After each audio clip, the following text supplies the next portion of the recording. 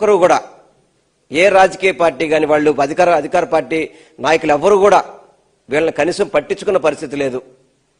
ఎందుకంటే స్థానికంగా ఎంపీ గారు మరి విజయవాడ ఉత్సవాలు చూడడానికి అయితే వాళ్ళకి ఖాళీ ఉంటుంది, కానీ ఇటువంటి పేదవారికి నిలువు నీడ లేకుండా వాళ్ళు ఇబ్బంది పడుతుంటే కనీసం అక్కడికి వెళ్ళి ఓదార్చడం కానీ, వీళ్ళందరూ కూడా స్థలాలు కొనుక్కున్నారు, రిజిస్ట్రేషన్ జరిగినాయి, దాదాపు సగం వరకు నివాసాలు ఉన్నారు, వాళ్ళందరికీ మున్సిపల్ ప్లాన్లు ఉన్నాయి, పన్నులు కట్టారు, అయినా కానీ వాళ్ళు నష్టపోతుంటే కనీసం ప్రభుత్వం నుంచి ఒక ఓదార్పు, ఈ విధంగా మీ కోర్టులో జడ్జిమెంట్ వచ్చింది కదా, పోనీ ఏ విధంగా మనం వీళ్ళకి న్యాయం చేయాలని చెప్పిన ఒక భావన కూడా లేపడం అనేది చాలా బాధాకరం. అందుకనే ఈరోజు అనేక సార్లు మేమందరం కూడా అక్కడికి వెళ్ళడం జరిగింది. మా పార్టీ తరఫున మా పార్టీ అధ్యక్షులు మా అవినాష్ గారు కావచ్చు, మిగతా మా మల్లాది విష్ణు గారు కావచ్చు, నిన్న కార్పొరేషన్లో కూడా వీళ్ళకి జరిగిన అన్యాయం కోసం నిలదీస్తే టీడీపీ వాళ్ళు మా కార్పొరేట్ల మీద తిరగబడే పరిస్థితి నన్ను చూసాం. మనం ఎందుకు పేదవారంటే ఎంత కక్ష ఎందుకు వాళ్ళకి అర్థం కాని పరిస్థితి. ఇంకెవరు కూడా గత్యంతరంలాగా ఈరోజు జగన్మోహన్ రెడ్డి గారి దగ్గరికి వీరందరూ కోరిక మేరకు వరకు ఆయన్ని తీసుకురావడం జరిగింది. చాలా బాధపడ్డారు జగన్మోహన్ రెడ్డి గారు. కనీసం ఈ కూటమి ప్రభుత్వం వచ్చాక ఇల్లు కట్టించే పరిస్థితి లేదు, ఉన్న ఇళ్లను కూల్చేస్తాం అనేది చాలా బాధాకరం అని చెప్పి ఆయన వారు ఆవేదన వ్యక్తం చేయడం, తప్పకుండా వారికి కావలసిన న్యాయం సపోర్ట్ అడిగారు వాళ్ళు. తప్పకుండా వైఎస్ఆర్ కాంగ్రెస్ పార్టీ తరఫున మీకు సపోర్ట్ చేస్తాము, ఏ విధంగా మీకు సహాయం చేయగలుగుతాం ఆ విధంగా అన్ని విధాలా కూడా మీకు మద్దతుగా ఉంటామని చెప్పి ఈరోజు జగన్మోహన్ రెడ్డి గారు చెప్పడం కూడా జరిగింది. ఎంతమంది పేదవారు, ఒక చర్చి ఉంది, నిర్దాక్షిణంగా కూల్చేశారు ఇళ్ళు, ఆ ఇంట్లో ఆడవాళ్ళను కూడా బలవంతంగా లాగేసి బయటికి లాగి కూల్చేశారు. అది మళ్ళీ కట్టాలంటే కట్టగలుగుతారా? వాళ్ళకి బ్యాంకు లోన్స్ ఉన్నాయి, ఇవన్నీ కూడా చాలా బాధాకర విషయం. కాబట్టి వీళ్ళు ఈరోజు జగన్మోహన్ రెడ్డి గారిని కలవడం జరిగింది. వాళ్ళ యొక్క ఆవేదన, వాళ్ళ యొక్క బాధ అంతా వాళ్ళ ద్వారానే మీరు వినాలని చెప్పని, తప్పకుండా జగన్మోహన్ రెడ్డి గారు తప్పకుండా వీరికి అన్ని విధాలా అండగా ఉంటామని చెప్పడం మాకు సంతోషంగా ఉంది. వారికి మేము ప్రత్యేకంగా అభినందనలు తెలియపరుచుకుంటున్నాం.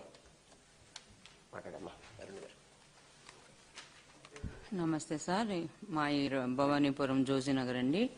పోయిన బుధవారం డిసెంబర్ 3వ తారీఖున మా ఇళ్ళన్ని ఎర్లీ మార్నింగే వచ్చేసి చర్చిలో ప్రేయర్ జరుగుతుంది సార్. అందరం ఉన్నాము, ఇగో ఫొటోస్ కూడా మేము చర్చిలో ఉన్నాము. ప్రేయర్ జరుగుతుంటేనే లోన బయట పెట్టగోడ కాంపౌండ్ వాళ్ళు కూల్చేశారు సార్.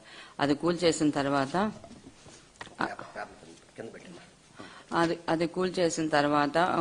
గోడ పడేసాక బయటకు వచ్చాం సార్. బతులాడాం మేము, మీ చర్చిని సమాజ్ చేస్తాను, మీ దేవుని సమాజ్ చేస్తాను, నిన్ను కూడా సమాజ్ చేస్తానని సురఖా శ్రీనివాసరావు గారు మాట్లాడారండి. అలాగా 1 గంట టైంలో మాది కోర్టులో సుప్రీం కోర్టులో మాది స్టే వస్తుంది, ఆగని 2 గంటలని మా తమ్ముడు కాళ్ళు కూడా పట్టుకున్నాడు సార్.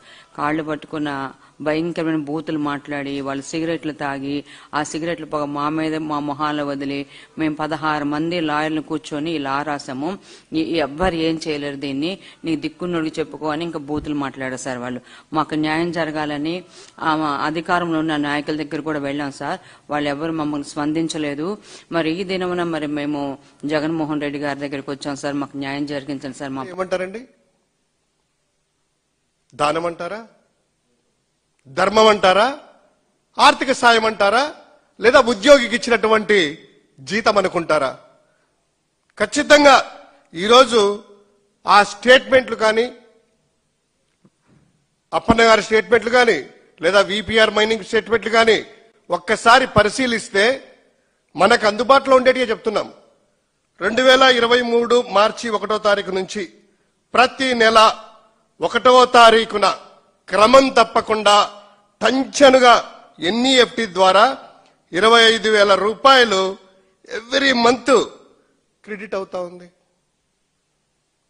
బ్యాంకు ద్వారా ఎన్ఈఎఫ్టీ ద్వారా ఆర్థిక సాయం అంటే ఒకసారి ఒక చెక్ ఇస్తారు, తీసుకెళ్లి రియలైజ్ చేసుకుంటారు అనుకుందాము. అప్పుడు 1 నెల కాదు, 2 నెలలు కాదు, 3 నెలలు కాదు, సంవత్సరాలుగా.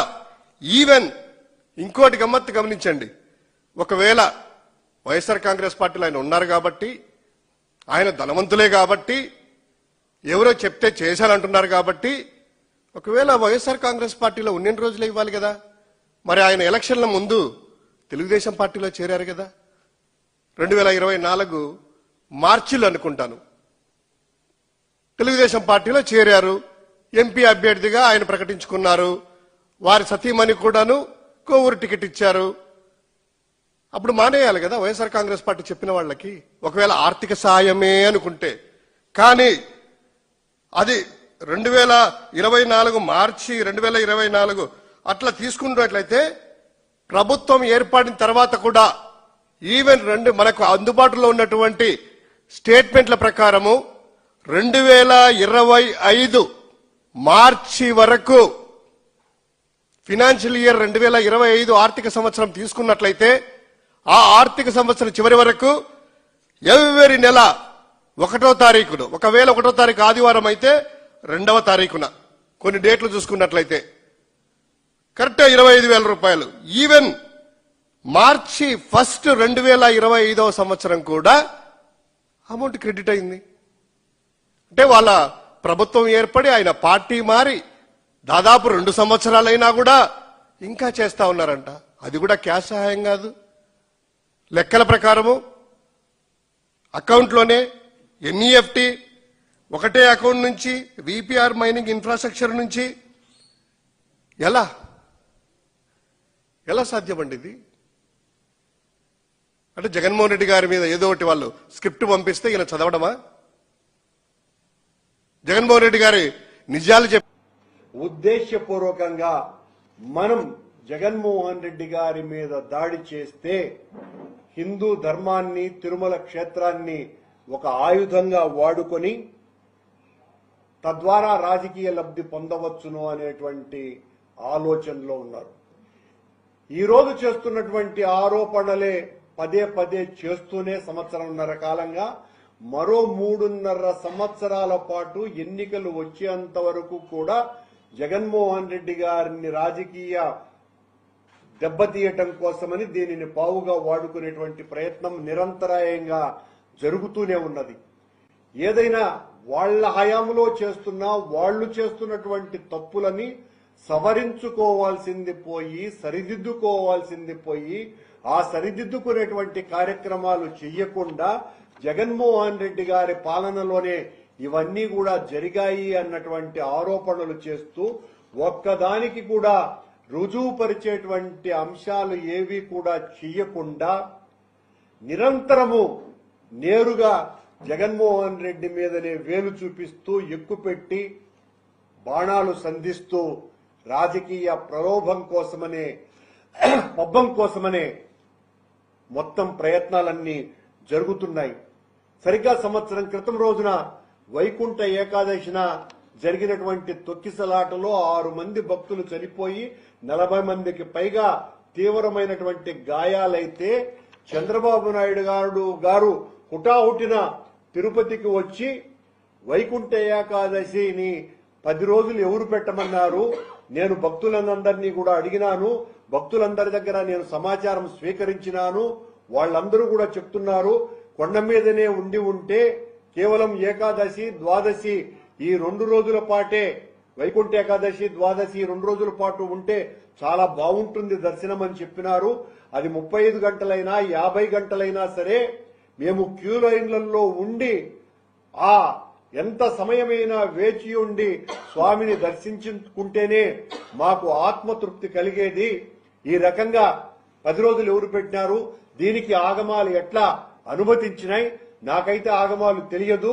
ఖచ్చితంగా దీన్ని 2 రోజులకు కుదిస్తాము అని పలికినటువంటి చంద్రబాబు పవన్ కళ్యాణ్ గారు అసలు ఈ ఉద్యోగాలు ఏంటో, ఈ పదోన్నతులు ఏందో అసలు కనీసం మీకు ఏమన్నా, ఎందుకంటే నార్మల్గా మీరు ఇంటర్మీడియట్ 3 సబ్జెక్టులు 3 సార్లు చదివి ఒకటి కూడా పాస్ అవ్వలేదు కాబట్టి సరే మీకు అవగాహన లేకపోయినా కనీసం మీ డిపార్ట్మెంట్లో ఉన్నటువంటి వాళ్ళందరినీ కనుక్కొని కనీసం మాట్లాడితే బాగుండేది కదా. ఏం చెప్తాడు ఆయన? 2 దశాబ్దాల పాటు పనిచేసిన పదోన్నతులు లేక చాలా మంది ఎంపీడీఓలు గాను వీడీఓలు గాను మిగిలిపోయారు. వాళ్ళకి ఎక్కడా ప్రమోషన్స్ రాలేదు. మేము వచ్చినాక ఈ రాష్ట్రంలో లేని విధంగా 10,000 మందికి పదోన్నతులు ఇచ్చామని చెప్తున్నాం. అంటే ప్రమోషన్స్, ఎవరికైనా ప్రమోషన్ వస్తే శాలరీ పెరుగుతుంది, ఇంక్రిమెంట్ ఉంటాయి, ఎన్ని ఉంటాయి కదా.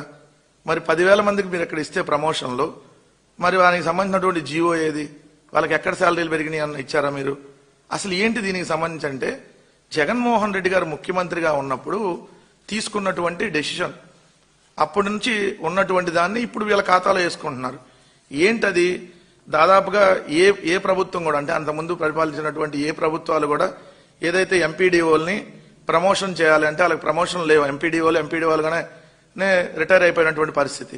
కానీ వాళ్ళకి ప్రమోషన్ ఇవ్వాలనేటటువంటి దానిలో భాగంగా ఏదైతే డిస్టిక్ దానికి సంబంధించి ప్రమోషన్లు ఏదైతే ఇవ్వాలి అనేటటువంటి ఆలోచనలో భాగంగా పంచాయతీరాజ్ శాఖలో డివిజనల్ డెవలప్మెంట్ అధికారి అనేటటువంటి ఒక పోస్టుని జగన్మోహన్ రెడ్డి గారు ఉన్నప్పుడు క్రియేట్ చేశారు.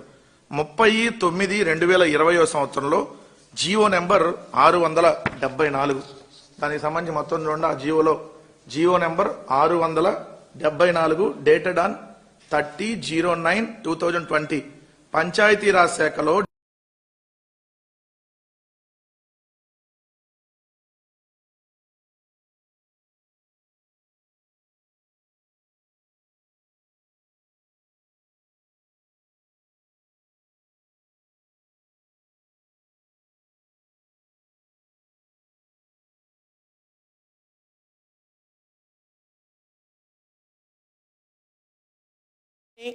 చంద్రబాబు నాయుడు గారిని విమర్శించాలనే ఒక తలంపుతో ఆయన ప్రెస్ మీట్లు పెడుతున్నారు.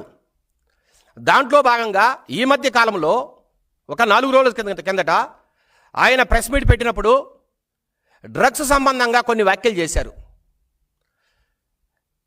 మేము కొన్ని విషయాలు సూటిగా స్పష్టంగా ఈ రాష్ట్ర ప్రజలకు తెలియజేయాలనుకుంటున్నాం ఈ ప్రెస్ మీట్ ద్వారా. తన 5 సంవత్సరాల పరిపాలనలో 2019 నుంచి 24 మధ్యలో తన 5 సంవత్సరాల పరిపాలనలో ఈ రాష్ట్రాన్ని పూర్తిగా భ్రష్టు పట్టించిన వ్యక్తి ఎవరు? జగన్ రెడ్డి. నువ్వు కాదా? రాష్ట్రములో ఇల్లీగల్ మద్యాన్ని ఏరులే పారించావు. గంజాయి రకరకాల డ్రగ్స్ను కాలేజీలకు యూనివర్సిటీలకు సరఫరా చేయించింది నువ్వు కదా. కనీసం 10,000 కోట్ల రూపాయల డ్రగ్స్ విజయవాడ కావచ్చు, కాకినాడ కావచ్చు, రాజమండ్రి కావచ్చు, రకరకాల పట్టణాల్లో ఆ 5 సంవత్సరాల్లో పట్టుబడితే దాని మీద ఏమి యాక్షన్ తీసుకున్నావు? అసలు అంత భారీ ఎత్తున డ్రగ్స్ పట్టుబడ్డాయంటే ఏ రకంగా డ్రగ్స్ ఈ రాష్ట్రంలో ముందుకు పోతున్నాయో ఒకసారి అర్థం చేసుకోవాలా.